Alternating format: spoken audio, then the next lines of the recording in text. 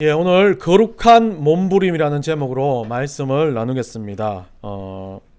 오늘 본문을 보면 단편적으로 봤을 때 이 본문은 참 허무한 말씀을 나누는 구절 같습니다. 사도 바울이 특별하게 허무하게 말씀을 나눈 게 아니라 사도 바울은 중요한 신학적인 이슈를, 그리고 가장 어쩌면 우리들이 살아갈 하나님의 백성으로서 우리가 왜 성도로 불리고 있는지, 우리가 왜 하나님의 백성으로 살아가고 있는지에 대한 현 주소에 대해서 이야기를 하고 있는 아주 짧은 단편적인 구절입니다. 이 구절을 가지고 여러분과 함께 말씀을 나눠보고자 합니다.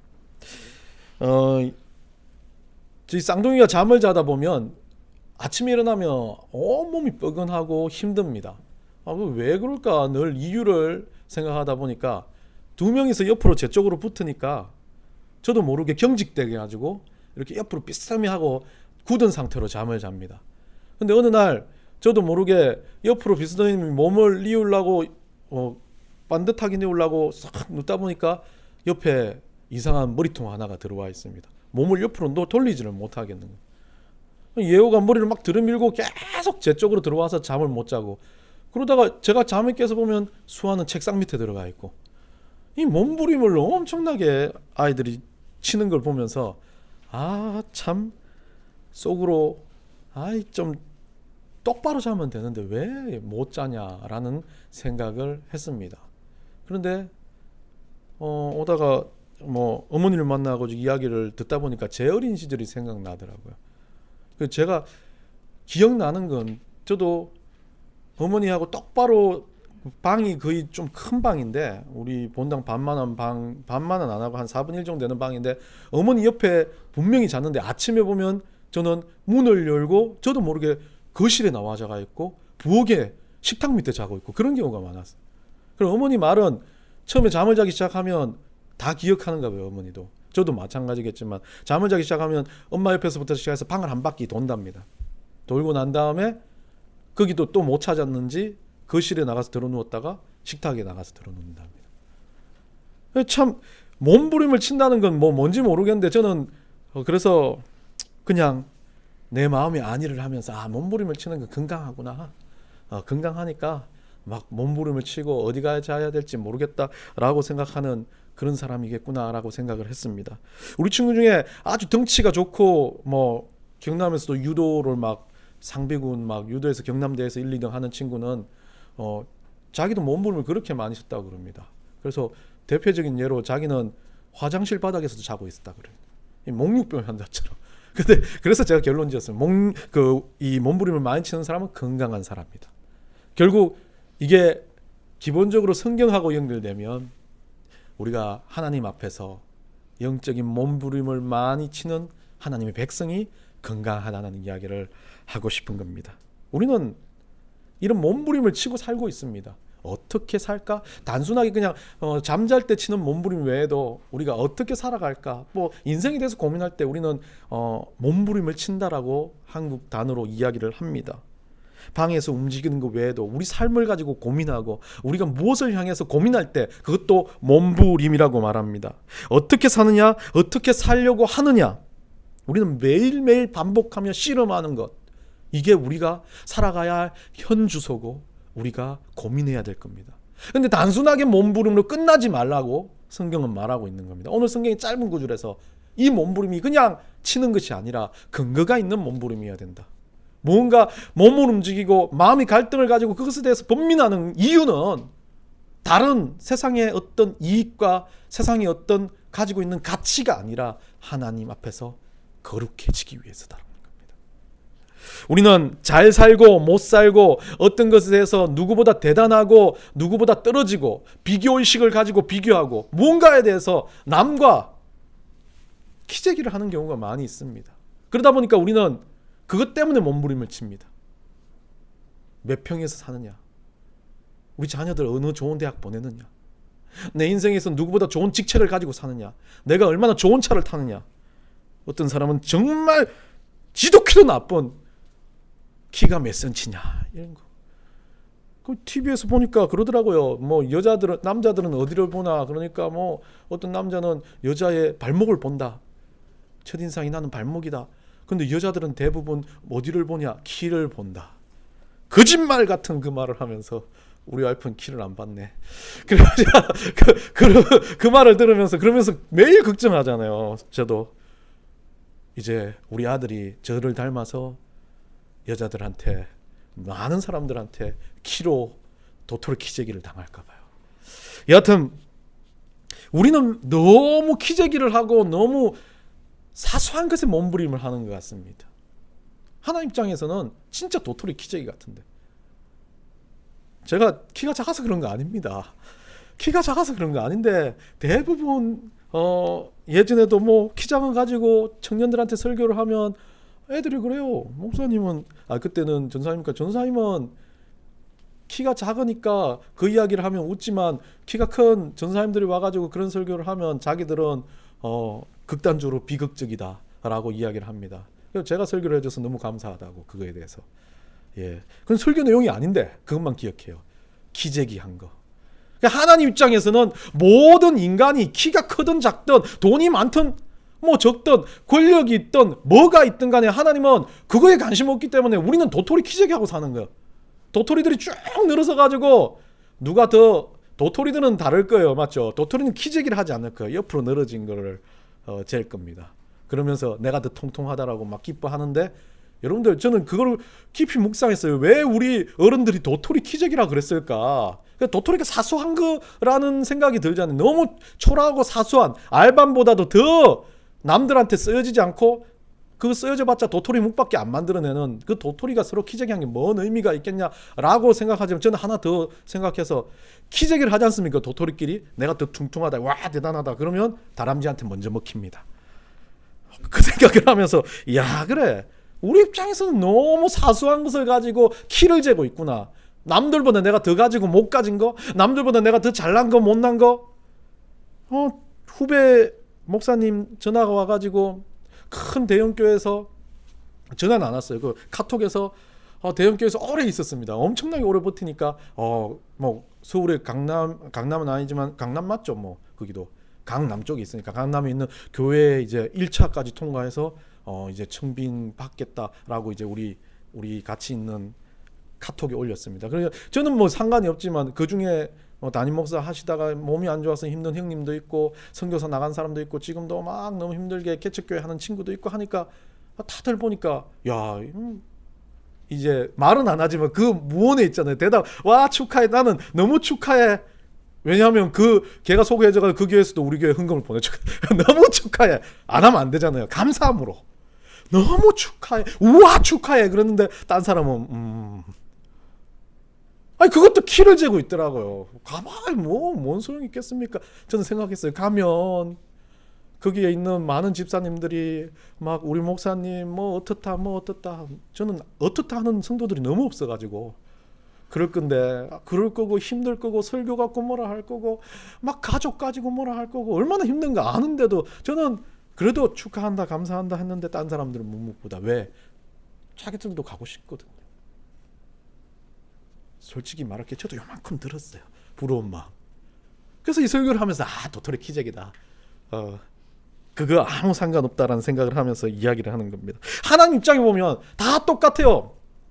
수천 명 모인 막 수만 명 모인 대형교회 목사님이 막 그 앞에서 대단하게 설교하는 거나 매일매일 여러분 앞에서 매주 여러분 앞에 제가 설교하는 거나 하나님 입장에서 보기에는 안 똑같을 수 있죠.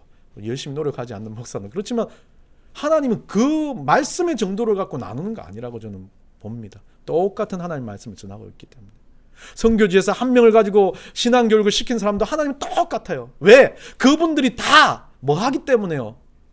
대형교회든 작은교회든 소형교회든 선교사든 한 명의 영혼을 가지고 하는 모든 영혼들은 뭐 하고 있습니까? 하나님 앞에서 거룩해지기 위해서 스스로 말씀을 가지고 몸부림치고 있고 영혼을 향해서 마음을 열고 있기 때문에 그 어떤 목회보다 더 귀하게 동일하게 여기신다는 겁니다.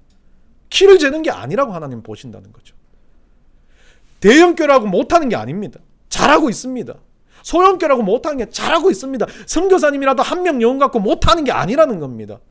우리는 키를 재지만 하나님은 키를 재는 게 아니라 그가 하고 있는 사역에 대한 마음, 하나님을 향한 거룩한 열정을 보고 계시다는 거죠. 그래서 우리를 가지고 목사라고 선교사라고 말하는 건 우리끼리 이야기죠. 하나님은 목사 선교보다 더 대단한 이름을 성경 안에서 뭐라고 이야기하고 있습니까? 그리스도인, 예수를 믿는 백성, 그리고 또 뭐라 그럽니까? 진짜 좋은 한자어지만 성도, 거룩할 성의 무리도 거룩한 무리라고 말을 하는 겁니다. 성도님이란 단어 보면요, 교회 가면 성도님이라고 말하면 뭐 그냥 처음 가니까 형제님보다 훨씬 더 대단한 게 성도인데 성도님이라는 단어를 안 들으려 그래요. 예전에 제가 그 부목사 할 때 교회에서 어느 교회에서 집사님을 하시다가 오셨어요. 그래서 제가 집사님이었는데 성도님이라고 부르니까 그러더라고요. 그래서 계속 성도님이라고 불렀는데 저 집사 직분 받았습니다 그러더라고요. 근데 집사라는 직분은 노가다꾼, 죄송합니다. 노가다가 일을 해야 될 하나님 앞에서 봉사하고 헌신하는 존재라면 성도는 그기보다 더 위의 이름이에요. 목사님보다 더 큰 이름입니다. 거룩한 무리라. 하나님이 거룩하다고 칭해준 백성, 그 무리에 들어와 있는 백성인 건데 그거보다 더 큰 이름이 어디 있습니까? 이제부터 다 우리 성도로 부를까요? 예. 그래서 이단 소리 듣습니다. 목사님 설교 끝나 성도님 감사합니다. 여하튼 성도란 단어는 그만큼 좋은 건데 그거에 대해서 사람들은 또 편견을 가지는 겁니다. 장로, 권사, 목사, 그런 좋은 이름이라고 생각할 수 있겠지만 그것보다 더 대단한 이름인 성도인데 거룩해지는 무리 가운데 들어있는 이름인데 우리는 그것에 대해서 많이 놓치고 있는 건 아닌가 생각을 해봅니다. 오늘 본문에 보면 이렇게 말합니다. 이 유대민족들이 어떤 생각을 가지고 있냐면, 유대민족이 오늘 본문에서 9절에 보면 어떠하냐, 우리는 나으냐, 이 사도 바울이 유대인이잖아요. 그러니까 자기 스스로를 이야기하면서 유대인들한테 대묻고 있는 겁니다. 소위 말한 교회 안에 있는, 지금으로 말해서는 교회 안에 들어와 있는 기득권들을 이야기하고 있습니다. 그 기득권들한테 우리는 어떠냐라고 묻습니다. 그리고 결코 아니라, 이 앞쪽에 무슨 말이냐면 거룩에 대한 이야기, 하나님 백성에 대한 이야기, 성도에 대한 이야기를 하면서 사도 바울이 말하고 있습니다. 너 제대로 된 하나님 백성 그리스도인 맞아? 라고 물으면서 그런 이야기를 막 하면서 까면서 다시 본인으로 돌아왔습니다. 유대인들, 바리새인들, 하나님의 안에 있는 집사님들, 장로님들, 목사들, 선교사님들 딱 이야기하면서 그 기독권청을 통해서 우리는 어떻습니까? 우리는 어떻습니까? 라고 묻는 겁니다. 사도 바울이. 우리는 어떠냐? 라고 이야기했을 때 사도 바울은 딱 결론 지습니다. 결코 아니다. 거룩한 백성이 아니다. 우리도 대단한 백성이 아니다. 하나님 보시기에 잘난 놈들이 아니다. 하나님 보시기에 대단한 사람들이 아니다. 라고 이야기하는 겁니다. 그러면서 뭐라고 합니까? 유대인이나 헬라인이나 모두가 다 제 아래에 있다. 장로님도 목사님도 빌리그레함도 대단한 목사님도 세상을 떵떵거리며 들었다 놨다 하는 부흥 강사도 다 뭐라고요? 죄인이다 라고 말합니다. 동등한 죄인이다라고 말합니다. 하나님 보시기에 막 수천 명을 먹이고 꼴을 먹이는 그 목사라고 하나님은 그 사람을 가지고 대단한 종, 우리는 말하잖아요. 막 세기의 종, 먼 종, 대단한 사람이라고 말하지 않는다는 겁니다. 하나님은 그냥 너 이름 누구 밖에 안 되는 겁니다. 도태를 키재기 하는 사람들이 대단하다, 거룩하다, 눈에 보이기에 막 엄청나다라고 말하지만 하나님 보시기에 거룩은 다를 수 있다는 겁니다. 그럼 사도 바울이 그거 꼬집고 있습니다. 대제사장, 너희들이 대단해? 아니다. 유대인들 지금 성경을 달달달 외우고 머리틈에 성경을 갖다 붙이고 자녀 교육에 우리 엄마들 강남에 교육하듯이 어릴 때부터 여러분들 강남에 저는 교육이 유대인들 교육으로부터 나왔다고 봅니다.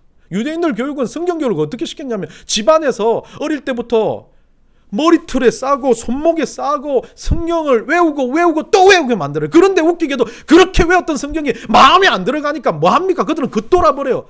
잘난 척만 늘어나버려요. 율법만 늘어나버려가지고 누가 잘못하면 율법으로 정죄하게 바쁜 사람들이 돼버리는 건데, 마음에 하나님이 없고 마음에 우리 성령님이 없는 사람이 말씀만 가득하면 뭐 합니까? 그런 상황이 돼버린 상황에서 우리 사도 바울이 꼬집고 있습니다. 누가 잘났냐? 누가 거룩하냐? 아무도 없다라는 겁니다. 잘났다고 좀 있다고 가지 있다고 내가 좀 대단하다고 남들 앞에서 기득권처럼 구는 모든 사람들에 대해서 사도 바울은 꼬집고 있습니다. 그러면서 이렇게 말합니다. 기록된 바 의인은 없다. 아주 무서운 말입니다. 의인은 없다라고 말합니다.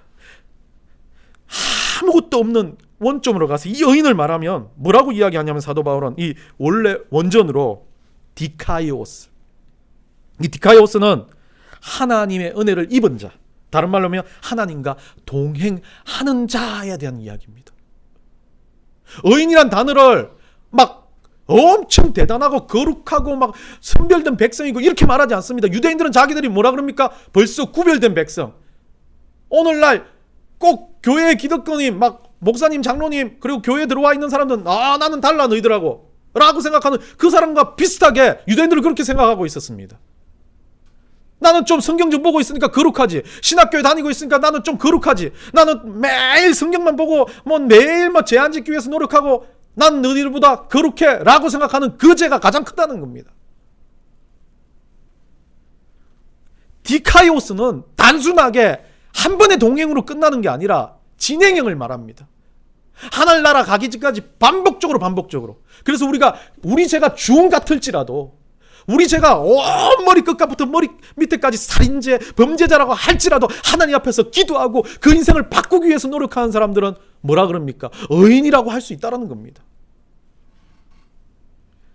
신학적인 단어로 보면 이것을 가지고 뭐라고 그러냐면, 이것은 하나님이 우리에게 주시는 기본적인 단어, 우리 하나님께서 우리를 깨끗게 하여 주신다라고 하는 단어로 쓰여지는 것이 아니라 성화라는 단어로 연결해서 씁니다. 성화는 단순하게 오늘 하나님과 뜨겁게 만났다 아닙니다. 만난 이후의 삶을 말하는 겁니다. 단순한 삶을 말하는 게 아닙니다. 우리 하나님과 동행하는 삶을 말하는 겁니다. 성화가 되는 백성들을 가지고 우리 하나님은 의인이라고 말합니다. 근데 의인이라는 단어를 다른 말로 생각하면 이 디카이오스는 그냥 내가 하나님 믿었어요, 난 지금 성화되기 위해서 노력하고 있어요, 딱 도장으로 의인이라는 단어가 아닙니다. 의인이라는 것은 옷 입혀진 겁니다. 예수 그리스도의 피로 인해서 내가 입혀진 거에 불과한 겁니다. 그러면서 그 예수 그리스도의 피로 덮인 예수 그리스도 때문에 내가 구원을 얻었다는 삶을 어떻게 살아드리느냐가 성화의 가정, 성화라는 겁니다. 결국 우리는 지금도 완전한 의인이 아닙니다. 그래서 우리는 회개합니다. 그래서 우리는 죄인이라고 고백합니다. 우리는 일평생 이 성화의 가정 가운데 살아가는 겁니다. 지하철에서 어제 지하철을 탔는데 지하철에서 오랜만에 타가지고 지하철이 코어 근육을 키워주지 않습니까? 그래서 코어 근육을 키우기 위해서 오랜만에 지하철에서 앉을 자리가 있는데 서서 가려고 이제 딱 섰습니다. 그러니까 처음에 기분이 너무 좋았습니다. 우리나라는 선진국이다. 임산부 좌석에 아무도 안 앉아 있더라고요. 물론 다른 좌석들이 비어 있으니까 그랬습니다. 그런데 한 정거장이 지나가지고 우리 집사님들처럼 예쁘장한 여인 한 명이, 제가 봐도 좀 대학생 같은 아주 어려 보이고 예쁘장한 여인 한 명이 임산부 자리 내 앞에 딱 앉는 겁니다. 딱 앉아가지고 딱 핸드폰을 이렇게 보는데, 막 처음에는 한 정거장 그래 딴 사람이 오면 다른 좌석도 있는데 왜 여기 앉을까 고민을 하기 시작, 머릿속에 계속 반복적으로 고민을 하기 시작합니다. 일어나라고 말할까?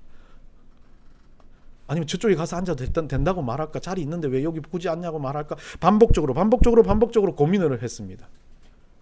고민을 하고 있는데 이 사람이, 저는 모르겠어요. 저는 개인적으로 질서에 대한 중독증이 있는지 줄 안 서고 막 새치기하고 뭔가 안 해야 될 자리에 앉는 걸 너무 싫어하는데, 그걸 쳐다보고 있으니까 말을 하고 싶고 참았는데 이 젊은 여자가 핸드백에서 초음파 사진을 꺼서 이렇게 그 사진을 보고 자기 애 그 모양의 점을 가지고 이렇게 하면서 보고 말 안 하기 잘했다 라고 생각하면서 안도의 한숨을 쉬었습니다. 사람은 앞뒤 좌우 안 가리고 누군가는 그렇게 생각해요. 그거에 대해서 뭔가 판단하려고 하고, 그거에 대해서 뭔가 내 식으로 생각하려고 하는 경향이 참 많이 있는 겁니다. 물어보지도 않고 뭐 하지도 않고. 우리는 좀 지독히도 보면 자기 중심적인 삶을 삽니다. 남을 배려하지 않고 삽니다. 근데 어떨 때는 자기 중심적으로 남을 배려하려고 막 욕심을 부린 것도 그 사람을 힘들게 만들 수도 있다는 걸 우리는 좀 생각해 봐야 됩니다. 사도 바울은 그거 이야기하고 있습니다. 성화의 가정이란 건 참을 인자입니다. 성화의 가정이란 건 함부로 내뱉지 않는 것으로 시작합니다. 성화의 가정이란 건 함부로 지적하지 않는 것으로 시작합니다. 성화의 가정이란 건 남을 생각하는 게 아니라 자기 스스로를 먼저 판단하는 것부터 시작하는 거란 겁니다. 성화의 가정이란 건 누구를 향해서 중보기도 하기 전에 스스로 회개부터 시작하는 것으로 시작하는 겁니다. 그래서 저는 교회는 목욕탕 같다고 생각합니다. 좀 발갈벗어야 돼요. 죄송합니다. 너무 원색적인 것 같아요. 발갈벗어야 돼요. 내가 발갈벗어야 내가 보여줄 걸 다 보여줘야, 물론 뭐 안 보여줄 거 보여줘, 안 보여줘도 되는데 그런 건 아니지만 내 스스로가 제 앞에서 뭐 앞에서도 좀 내 스스로가 좀 스스로 오픈할 수 있을 때 주변 사람을 향해서 기도하고 주변 사람을 향해서 하나님의 백성의 눈으로 바라볼 수 있다라고 저는 그렇게 바라봅니다. 우리는 하나님과 동행하며 성화의 가정 가운데 살아가는 하나님 백성들입니다. 그렇기 때문에 저는 이걸 다른 말로 몸부림이라고 생각합니다. 뭔가 하나님 앞에서 일꾼이 되기 위해서, 열정을 내기 위해서, 하나님 앞에서 내가 진짜 하나님의 거룩한 성도라고 불리기 위해서 살아가는 모든 삶의 노력들, 땀방울들, 그걸 저는 거룩한 몸부림이라고 칭하고 싶습니다. 예수 그리스도께서 그 보혈의 피를 흘리심으로 우리를 구원해 주셨다면 우리가 해야 될 일은 다른 어떤 것도 아닙니다. 돈 수천억 벌어가지고 누군가를 도와주고 누군가를 잘 살게 만들고 그런 것도 중요하겠지만 우리가 더 중요시 봐야 될 건 우리 스스로가 하나님의 백성으로서, 거룩한 백성으로서 매일매일 어떤 방식이든 거룩한 몸부림을 치는 것, 이게 바로 우리가 해야 될 방식이라는 겁니다. 몸부림에 막 미치듯이 몸부림치고 그 결과를 맞이하는 것들을 보면 우리는 막 그 결과가 좋아지고 대단하고 엄청난 것을 가지고 와 잘했다라고 말하는 것 같습니다. 그러나 하나님 그거 안 보십니다. 그냥 몸부림치는 것만으로도 우리 하나님은 뭐라 그럽니까? 거룩하다라고 하는 겁니다. 하려고 안간힘을 쓰고 내 속에서 그 불의와 싸우고 내 속에서 그 갈등과 싸우고 참고 또 참는 것, 그것만을 가지고도 우리 하나님은 거룩이라고 말합니다. 저는 그것을 보고 거룩한 몸부림이라고 말하고 싶습니다. 베드로후서 3장 9절에 주의 약속은 어떤 이들이 더디다고 생각하는 것 같이 더딘 것이 아니라 오직 주께서는 너희를 대하여 오래 참으사 아무도 멸망하지 아니하고 다 회개하기를 이르기를 원하시느니라. 우리 주님이 참으시는 이유는 회개, 다른 말로 거룩해지기를 원하시는 거예요. 내가 나의 죄 때문에 먼저 싸우기를 원하시는 거예요. 남의 죄를 지적질하는 게 아니라 내 죄 때문에 내 죄와 싸우며 내 생활에서 나의 삶과 싸우는 것, 내 스스로 싸움에서 이겼을 때 그 싸움을 주변의 영혼들에게 관심을 돌리며 보여주는 것, 그것을 가지고 우리 주님은 성화라고 말하는 겁니다. 마지막으로 베드로전서 4장 5절에 이렇게 말합니다. 여기에 전에 하나님께 소망을 두었던 거룩한 부녀들도라는 아주 짤막한 어떤 부녀에 대한 기록을 이야기하고 있습니다. 그런데 그들을 성경에도 유례없이 많은 거룩한이라는 기록들이 뭐 군대에도 뭐도 쓰지만은 이 베드로가 자기 스스로가 봤을 때 이름도 안 적혀 있는 이 부녀에 대해서 거룩하다라고 쓰는데 그 앞에 어떤 전제가 대전제가 있습니까? 하나님께 소망을 두었다. 하나님 앞에 내가 어떻게 살아가고 천국을 어떻게 가고 내가 하나님 때문에 오늘 하루를 어떻게 살고 내가 예배를 어떻게 드리고 내가 사람을 어떻게 대하고 내가 어떻게 일주일을 살아갈지를 고민했던 그 부녀, 이름도 없던 그 부녀를 베드로는 자기한테도 붙이지 않았던 거룩한 단어를 붙였습니다. 왕같은 제사장이란 단어보다 더 대단하게 베드로는 그들에게 아주 초라했던 그 부녀에게 거룩한 단어를 붙였습니다. 여러분 삶은 어떻습니까? 베드로가 거룩하다고 칭할 만큼 여러분 인생에서 거룩을 위해서 몸부림치고 있습니까? 여러분, 일주일 살아가실 때 오로지 우리 하나님만 거룩하시고 우리 하나님만 의인이시고 모든 의인이 없는 이 땅 가운데서 내가 매일매일 하나님 앞에 거룩한 몸부림을 치면서 의인 되기 위해 옷 입은 사람처럼 예수 그리스도 앞에 부끄럽지 않게 살아가는 그런 백성이 되겠다고 결단하시며 살아가는 여러분들 되시기를 간절히 축원합니다.